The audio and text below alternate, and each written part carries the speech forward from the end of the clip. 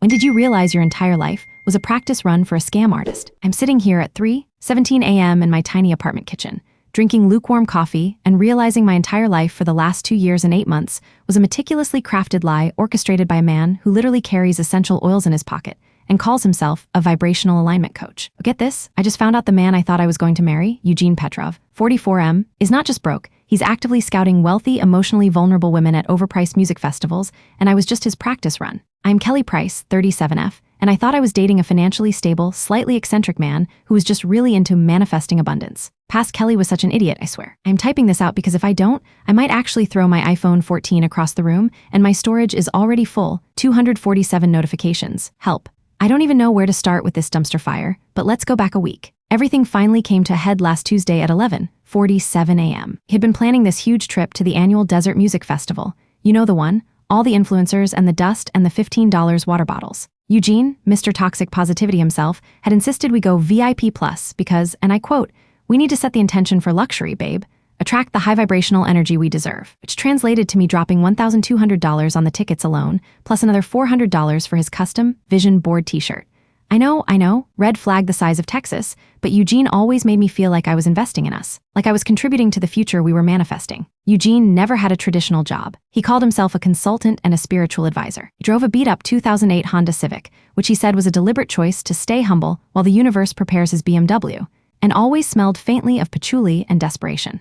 I was the one paying the $1,247 rent for our apartment 3B and covering 90% of the bills. TBH, I was tired. Work a solid 9-to-5 corporate job that gives me decent benefits, but watching my savings account drain while he talked about detoxing from capitalism was getting old. The small expenses were the first thing that really started grating on me. He insisted on getting Tileni gelato every single night, and those things are not cheap. And he never carried cash. I looked at our Venmo history last night. I swear, in the last 6 months, there are 47 requests from him. All for small, annoying things. $43.67 for Whole Foods groceries, $85 plumber charge, forgot my wallet lol, $15 gas, $20 for kombucha. The massive, terrifying red flag that I ignored was the money thing. Every month, like clockwork, I noticed random $200 withdrawals from our shared checking account, which, surprise, only I deposited money into. When I asked him, he would flash that blinding, perfect, slightly manic smile and say, "That's my investment in self, Kelly. Gotta keep the kai flowing, darling. Energy exchange is key." He said it so confidently, it just feel guilty for asking. Weeks ago, my friend Martha Roberts, 35F, my sweet,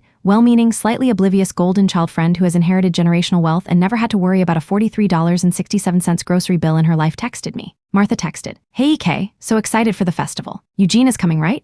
My cousin just introduced me to this amazing energy consultant, and he looks exactly like Eugene, but his name is Mark. LOL, weird." Felt my stomach drop immediately. Not because of the name change, but because Eugene had explicitly told me he didn't want Martha to know the exact specifics of his consultancy. He claimed Martha's low vibrational banking energy would pollute his brand. Looking back, that should have been the final straw, but I just told Martha, "Oh, you know Eugene. He probably has a dozen aliases for different networking groups, all part of the hustle," but the seed was planted. I started looking closer. Eugene was always on his Samsung Galaxy, but never when I was around. If I walked into the room, he'd literally snap it shut like it was toxic waste. The Tuesday morning incident was about the festival applications. Because we were going VIP plus, the festival required a fairly intense background profile check for all attendees, which included 3 personal references. Eugene was panicking. "Babe, you have to use your work contacts," he said, pacing around the kitchen while I was trying to eat my sad, reheated leftover pizza. "Just put down 3 people from your office. Say I am a high-level corporate headhunter." "Eugene, I work in accounting," I said, trying to be reasonable. "They know you sell bespoke affirmations on TikTok for $5 a pop. And why can't you use your own references? You're a highly sought-after consultant." He stopped pacing. His toxic positivity facade cracked for a second, and the look he gave me was pure, cold panic. "They're a high-profile clientele, Kelly. They require discretion. I can't risk their privacy on this low-level festival vetting process." I folded. Because I loved him or thought I did. I gave him 3 contacts, but something felt wrong, so deeply wrong. I felt dizzy, my chest felt tight, and I swear I hadn't felt that kind of dread since I accidentally wore 2 different shoes to work. Same afternoon, I was at my desk on the 5th floor, stuck in my 8th back-to-back Zoom meeting when I got the first text. It was from Lisa, my old manager, who has zero filter and is usually texting me about Love is Blind recaps. Lisa texted, "WTF Kelly, who is the psychopath trying to hire me for a pyramid scheme?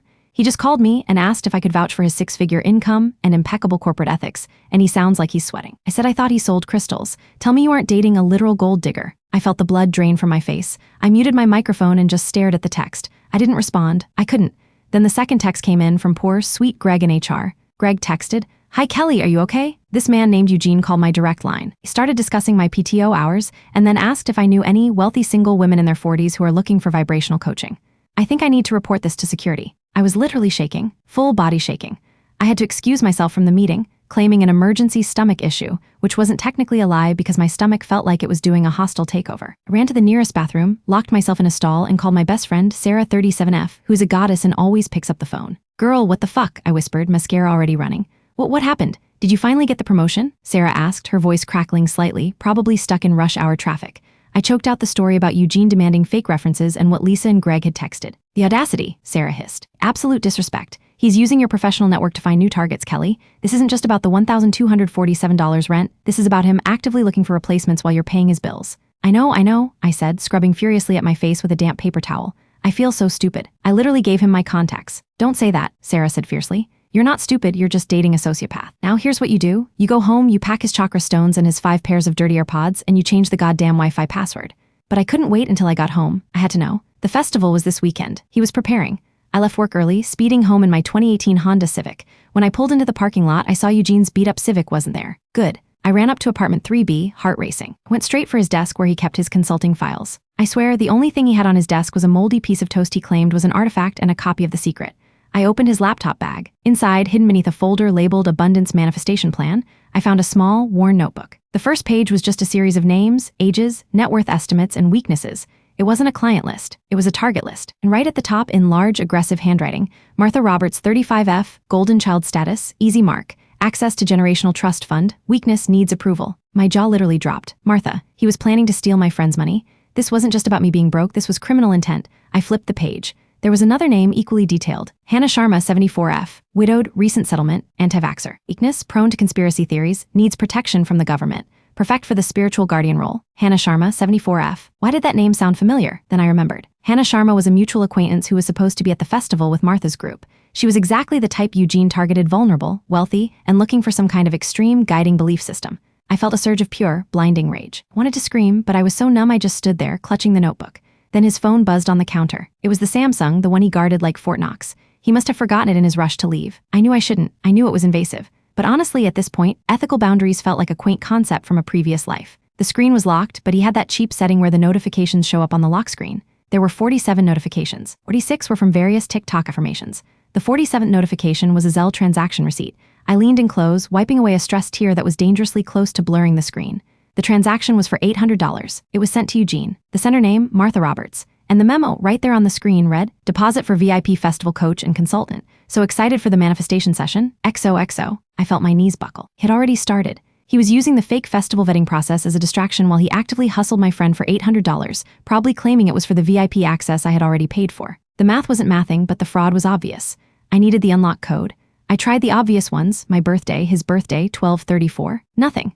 I sat on the floor, flipping through the notebook again, desperate. I noticed a small, folded piece of paper stuck to the back cover with ancient chewing gum. I peeled it off. It was a list of passwords. Not for Netflix or Hulu, but bank logins, crypto wallets, and social media burner accounts. And right at the top, Samsung PIN, 691. I typed 691 into the Samsung Galaxy. It opened.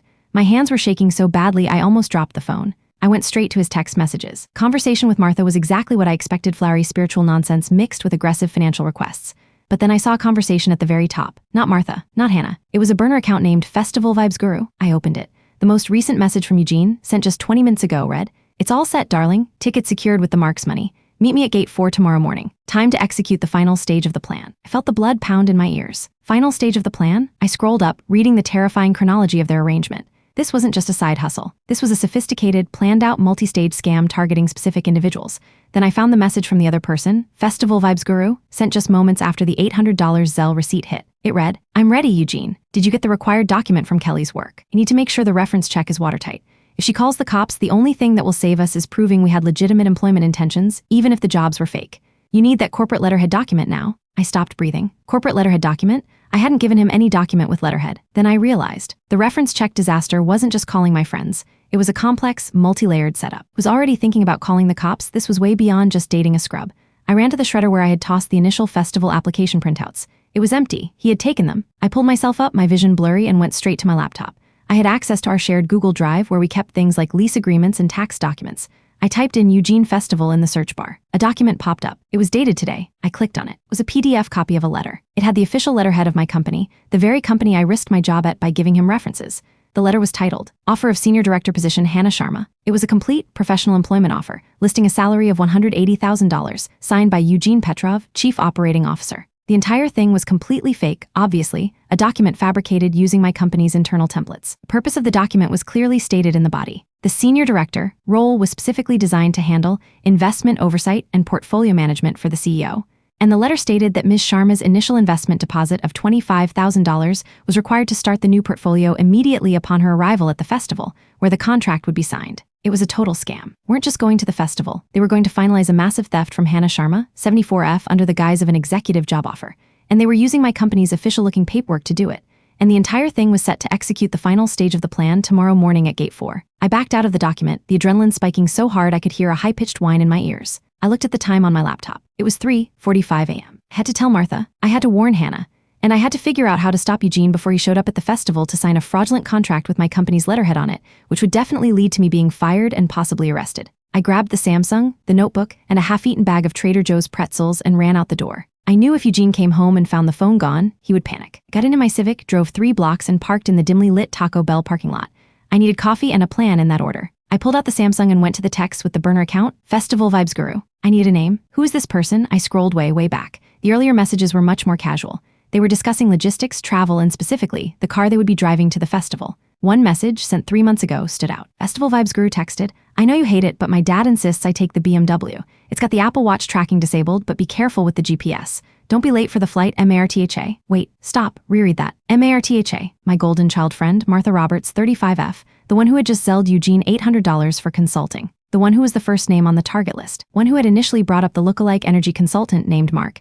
It suddenly hit me with the force of a freight train. The golden child wasn't the victim. She was the accomplice. I looked at the notes again. Martha Roberts, 35F, golden child status, easy mark. Access to generational trust fund. Weakness, needs approval. That wasn't Martha's weakness. That was Eugene and Martha's assessment of their target, Hannah Sharma. They had flipped the names. We're scamming Hannah together. And I, Kelly Price, 37F, had been paying their rent, covering their gelato habit, and providing the corporate references and letterhead required to execute the final stage of their $25,000 festival con. I slammed the car door shut, grabbed the burner phone, and started speeding toward the nearest police precinct.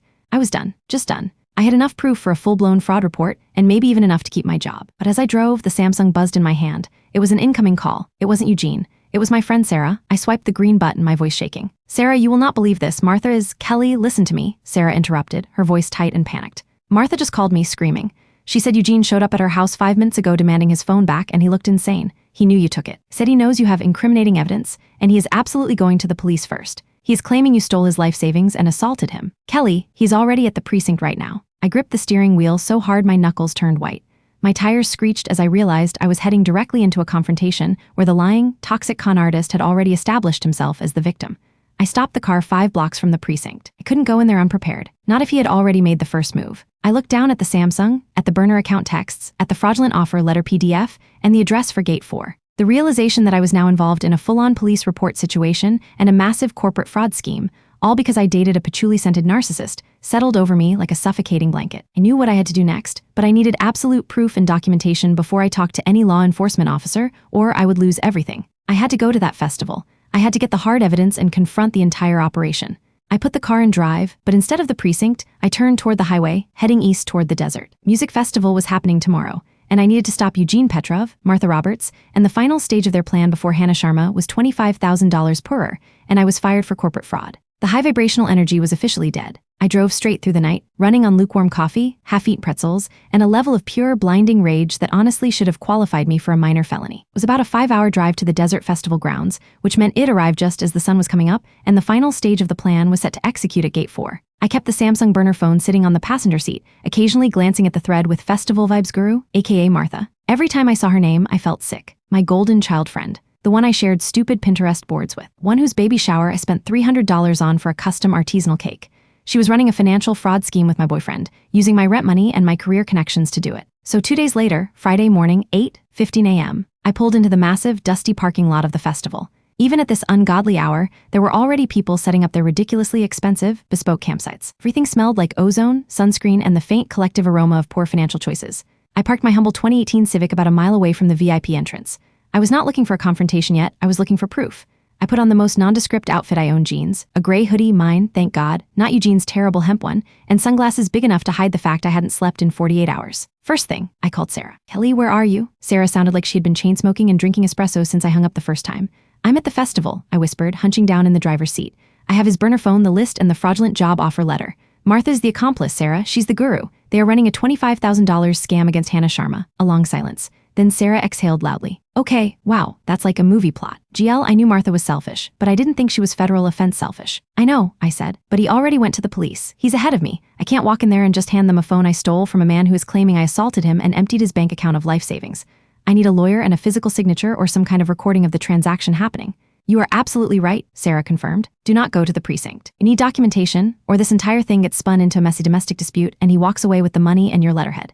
Which means you lose your job. Go get the proof first. But what about Hannah? I was freaking out about poor, 74-year-old Hannah Sharma, who was probably getting ready to sign away $25K to protect herself from the government at Gate 4. You can't interfere until the crime is about to happen, or you compromise the investigation, Kelly. And then record everything. And whatever you do not let him see you. I hung up, heart racing. Operation Infiltration, Festival Fraud Edition was a go. I grabbed the Samsung and went through the texts again. The meeting was set for 9:00 a.m. at Gate 4, the VIP Plus check-in. This was where the high vibrational energy met the certified trust fund bobbies. I walked toward the main entrance, trying to blend in with the sea of designer fringe and anxiety. 4 was exactly where it should be, tucked behind the $50,000 RVs and a private catering tent. I found a relatively discreet spot behind a mobile IV drip station. I wish I was joking about the IV drip station, and pulled out Eugene's phone again. I needed a picture of the target. I quickly scrolled through his photo gallery, which was 90% selfies of him doing various self-affirmation poses. Then I found it. A photo of Martha, Eugene, and an older woman with bright white hair, all smiling in front of a giant yacht. The older woman was Hannah Sharma, 74F. Hannah looked kind, but also slightly bewildered, exactly the kind of person who would believe a spiritual advisor who talks about governmental energy transference. 9:00 a.m. arrived. I saw them first. Eugene was wearing a brand new, blindingly white linen tunic, probably purchased with the $800 Martha zelled him. He looked extremely calm, radiating that perfect, fake, toxic wellness I had lived with for 3 years. He was holding a large leather portfolio, the one that contained my company's fraudulent job offer letter. He was waiting by a velvet rope. Then Martha showed up. She was dressed like a desert goddess, flowing silk and expensive jewelry. She looked nervous, though. He kept glancing around. She walked right up to Eugene and they did not kiss. They just did that weird conspiratorial nod you see in spy movies. Did she show up? Martha hissed, her voice slightly frantic. I was too far away to hear everything clearly, but I was recording the audio on my own iPhone, even if it was just static. Eugene flashed his manic smile. In her dedicated driver. Remember the script, Martha? You are the high-level HR contact who vetted her investments. Handle the spiritual sealing of the contract. I hate this, Eugene, Martha mumbled. This is too much like work. I wanted to scream. She was complaining that being a literal financial criminal was too much like work. Her weakness wasn't needing approval, it was chronic boredom and a desire for easy money, NGL. A black tinted SUV pulled up to the curb. Hannah Sharma stepped out, looking incredibly chic and slightly confused, wearing a massive sun hat. This was it, the final stage. I knew I couldn't wait. If she signed that document, I was an accessory to corporate fraud using my employer's letterhead. I had to intervene before the ink dried. I walked straight toward the IV station guy who was scrolling TikTok and said, "Emergency, I need a distraction." He didn't even look up. Plan B, cause a scene. I took a deep breath, clutching the burner phone in my pocket. I started walking directly toward them, trying to look like a distressed festival goer. Eugene saw me immediately. His toxic facade evaporated faster than water in the desert heat. His eyes went wide with pure horror. "Kelly," he whispered, stepping forward to block me, his hand instinctively going to the leather portfolio. "What are you doing? You should be at the precinct, explaining your theft." "My theft?" I managed to keep my voice low, but it was shaking. "You mean the theft where you and Martha are defrauding a 74-year-old woman using my job's letterhead, Eugene?" Martha turned around and her face was a masterpiece of fake shock. "Kelly, what on earth are you talking about? Eugene and I are just finalizing a legitimate business transaction." Hannah Sharma, bless her heart, looked between us like we were a particularly dramatic sideshow attraction. "Oh dear, is this about the initial investment? Is there a delay?" This was my chance. I ignored Eugene completely and spoke directly to Hannah. "Ms. Sharma, I am Kelly Price, and I am the actual director of operations for the company whose letterhead is currently being used by these two to solicit a $25,000 investment from you." Eugene lunged. He didn't try to hit me, but he went straight for my pocket, trying to grab his burner phone back. "Don't touch me, Eugene," I yelled, pulling away. "His phone has texts and bank statements proving you and Martha planned this entire scam, and you already reported me to the police for theft just to cover your tracks." The few people nearby, mostly festival staff and some very hungover VIPs, were starting to gather. Martha, realizing the situation was dissolving, pivoted immediately. Her golden child conditioning kicked in. She pointed at me. "She is unstable, Hannah. She has severe financial problems, and Eugene was trying to help her. He's delusional. She stole that phone and is harassing us." "Unstable?" I laughed, a raw, ugly sound. I pulled the burner phone out and waved it slightly. "Okay, Martha, if I'm so unstable, why does this phone have a message from you, Festival Vibes Guru, telling Eugene you hate the BMW but your dad insisted you take it?" Martha froze. Eugene looked like he might actually spontaneously combust into patchouli smoke.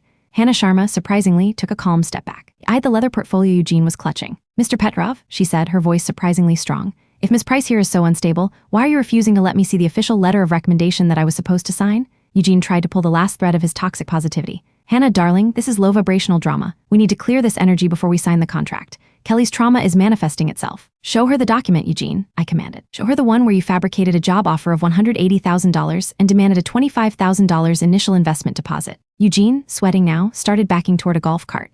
I have to leave. I have a manifesting seminar. Before he could bolt, I did something I never would have done 2 years ago. I grabbed his portfolio. It was a tug-of-war. I was running on pure adrenaline, so I pulled harder than he expected. Leather ripped, the papers spilled out onto the dusty ground, and the fraudulent letterhead document fluttered right to Hannah Sharma's feet.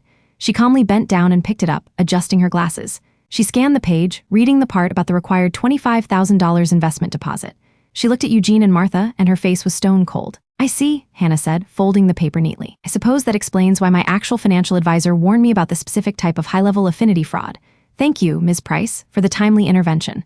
I was only playing along until I could get the specific documentation needed to confirm the wire fraud attempt. Wait, what? Hannah Sharma looked at me and winked. My dear, I didn't get this settlement by being naive. I was suspicious when the consultant insisted on meeting at a music festival VIP gate instead of a reputable law firm.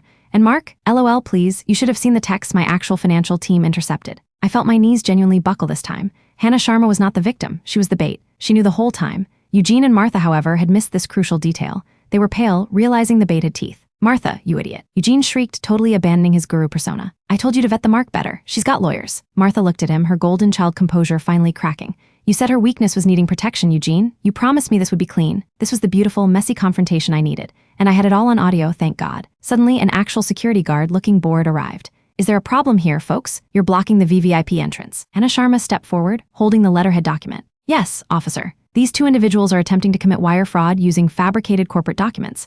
Ms. Price here has ample evidence, including a phone containing text communications detailing the conspiracy. I believe the police precinct would be very interested in this evidence, especially since Mr. Petrov has already filed a false police report against Ms. Price. Eugene made one last desperate attempt to flee. He shoved past the security guard, knocking over a display of overpriced mineral water. He bolted toward the parking lot, the white linen tunic flapping behind him. Martha, meanwhile, burst into tears, real, ugly crying. The golden child was exposed. I just wanted money, she wailed to the security guard. I don't have a job and the trust fund only pays out 1% a year. He promised me a 10% return. The guard, who was clearly dealing with his first wire fraud case, looked overwhelmed.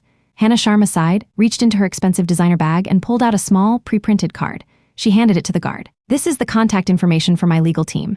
Please hold the accomplice until they arrive. Ms. Price, come with me. You look like you need a shower and a very large iced tea. Look down at Martha, sobbing dramatically in the desert dust, and Eugene's rapidly shrinking figure running past the porta-potties.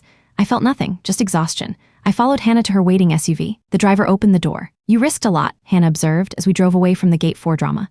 To protect a company that frankly doesn't even know your name. I risked losing my job and going to jail, I corrected, feeling suddenly very tired. I also couldn't let him use me to hurt someone else, and I wanted to make sure he couldn't spin the narrative that I was the abusive, unstable ex-girlfriend. Hannah smiled kindly. That is the mark of integrity, my dear. Now, about that fraudulent letterhead.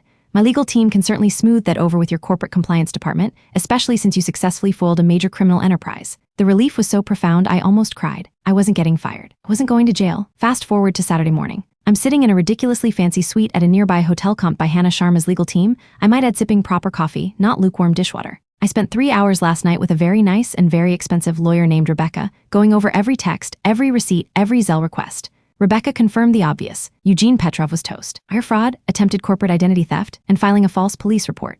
She also assured me that the lawyer had already called the local precinct, and thanks to Hannah's documentation, Eugene's false report was dismissed, and a warrant was probably being issued for him right now. Also, Rebecca noted dryly, Martha Roberts' family is currently in the process of paying massive restitution and trying to quietly handle their daughter's legal entanglements. Are very eager for Ms. Sharma not to press federal charges. NGL, the thought of Martha getting hit by the cold, hard slap of consequences made me feel incredibly satisfied. The golden child finally got her comeuppance. A week went by where I was essentially living out of the hotel suite, trying to avoid going back to apartment 3B until the lease was formally broken and the police had processed the initial evidence, i.e., Eugene's dirty AirPods and moldy artifact toast. I kept getting texts. Not from Eugene, thank God, the police had seized his phones, but from his mother.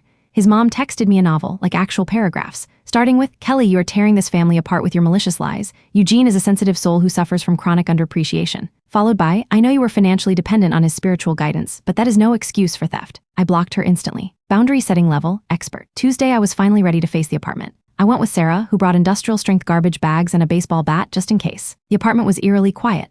Eugene's stuff was still there, smelling faintly of patchouli and desperation. We went straight to the shared checking account records. I was prepared for him to have emptied it, but surprisingly, he hadn't. Mostly because I always immediately transferred money into my savings and used the checking account just for the rent. Balance was $14.32. We changed the locks. We changed the Wi-Fi password. I took back the $1,247 rent for the current month, since I was officially breaking the lease, using the fraud charges as a loophole. Thank you, expensive lawyer Rebecca. Then Sarah helped me pack up his remaining relics. We threw out the essential oils, the motivational posters, and the cursed artifact toast. Did you find the Talenti gelato? Sarah asked, expertly taping a box labeled Eugene's BS. Nope. I think that was the first thing he packed when he realized the jig was up, I said, looking at the empty spot where the freezer usually housed his nightly dessert.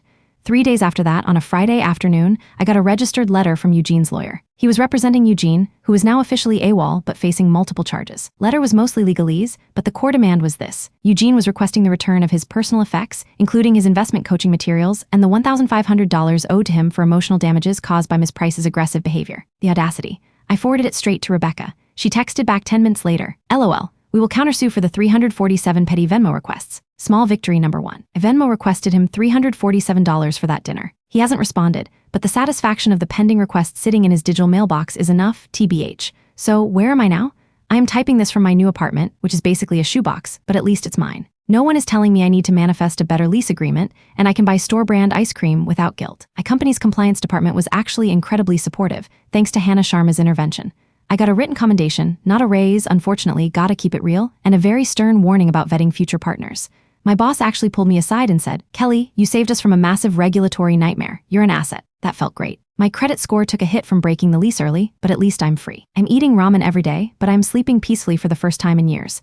I still have bad days, though. Sometimes I catch myself looking at a bottle of patchouli in Whole Foods and I just start shaking. I had a huge emotional crash after the adrenaline wore off the shame, the anger, the realization that I had spent almost 3 years chasing a delusion. Therapist said I'm having a breakthrough. I call it Tuesday. I realized I'd been ignoring red flags for months because Eugene, for all his flaws, made me feel seen in a weird, codependent way. He was so intensely focused on manifesting our shared future that I ignored the fact that I was the one funding it. My relationship with Martha is permanently damaged, obviously. I got one message from her burner number, which I stupidly hadn't blocked yet. It was just one word. Sorry. I didn't respond. I probably never will. It wasn't just selfish. She was actively trying to hurt people, including me, her supposed friend. The golden child facade completely crumbled. Eugene Petrov is still technically at large, last seen near the Nevada border, probably trying to sell bespoke affirmations to truckers.